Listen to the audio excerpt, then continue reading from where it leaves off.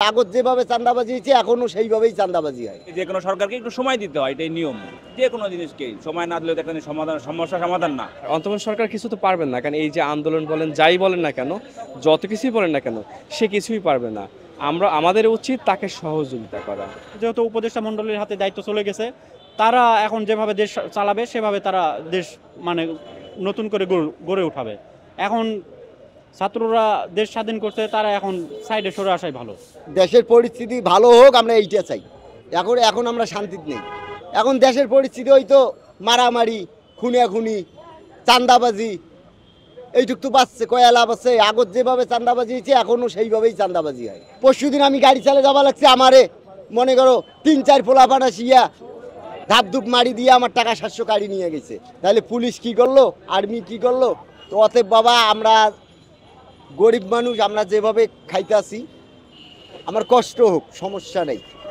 তো এই যে আমরা এই যে ইস্কা চলে কাম করছি 700 টাকা, 2 পোলায় আসিয়া ধাপাধুপ, আমি এলাম বয়স্ক লোক, আমারে 2টা কেনুন আগে দিয়ে মনে করো টাকা 700 নিয়ে গেছে। শিয়া বাটার ও ভিটামিন ই সমৃদ্ধ lily glam beauty soap. Lily, always beautiful.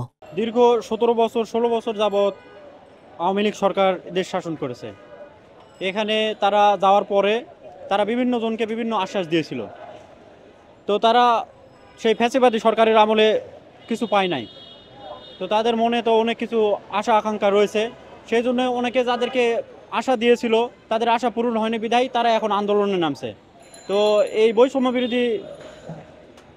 বিরোধী সরকারের কাছে অনেকের চাওয়া পাওয়া আছে যে তারা ওই সরকারের আমলে পায়নি, এই সরকারের আমলে তাদের মানে উদ্দেশ্যটা হাসিল করবে। শিক্ষার্থীরা আন্দোলন করতেছে, এতে তো ভোগান্তি হচ্ছেই। কেননা তারা দেশ মানে স্বাধীন করছে, ঠিক আছে, আন্দোলন করার পরে স্বাধীন করছে, ঠিক আছে, কিন্তু তাদের এখন দায়িত্ব ছেড়ে দেওয়া উচিত।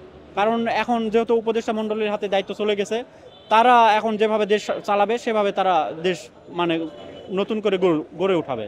এখন ছাত্ররা দেশ স্বাধীন করছে, তারা এখন সাইডে সরে আসাই ভালো। এই যে একটা দেশে বা সমাজে বা একটা বিশৃঙ্খলা যদি সৃষ্টি করে, কারণ না কোনো লাভ হইতেই পারে। এই জিনিসটা বুঝতে হবে, দেখতে হবে, এটা ইনকোয়ারি করতে হবে, এটাই নিয়ম। আমরা অবশ্যই ভালো বাংলাদেশ চাই, স্বাধীন বাংলাদেশ চাই। আমাদের অবশ্যই আগের চেয়ে বাংলাদেশ অনেক ডেভেলপ হয়েছে, আশা করি আরও ডেভেলপ হবে। কিন্তু যে কোনো জিনিসকে, যে কোনো সরকারকে একটু সময় দিতে হয়, এটাই নিয়ম। যে কোনো জিনিসকে সময় না দিলে দেখেন সমস্যা সমাধান না। আপনার রাস্তা আটকে দিলে তো সমস্যার সমাধান হলো না। এটা তো আসলে 2 দিন পর তো আন্দোলন, এটা তো সমস্যা। তাহলে আজকে শিক্ষার্থী করবে, কালকে হেল্পার করবে, পরের দিন বাসের ড্রাইভার করবে, পরের দিন হুন্ডালা করবে, পরের দিন কৃষক লীগ করবে, কৃষকের লোক করবে, পরের দিন ট্রাকওয়ালার লোক করবে, পরের দিন সরকারি লোক করবে, পরের দিন বেসরকারি লোক করবে। এরপর তো সন্ত্রাসীরা তো আছেই। আমরা যে দলের হই না কেন, যে অন্তকালীন সরকার যে আছেন, আমরা মনে করি তাকে সহযোগিতা করা উচিত সব কাজই। এখন আমরা যদি শুরু করি, এদিক সেদিক যদি শুরু করি, সেও তো হতাশ হয়ে যাবে।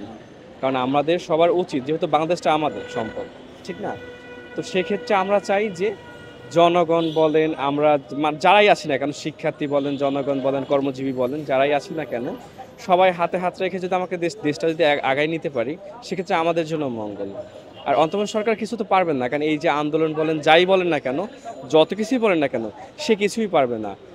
আমাদের উচিত তাকে সহযোগিতা করা।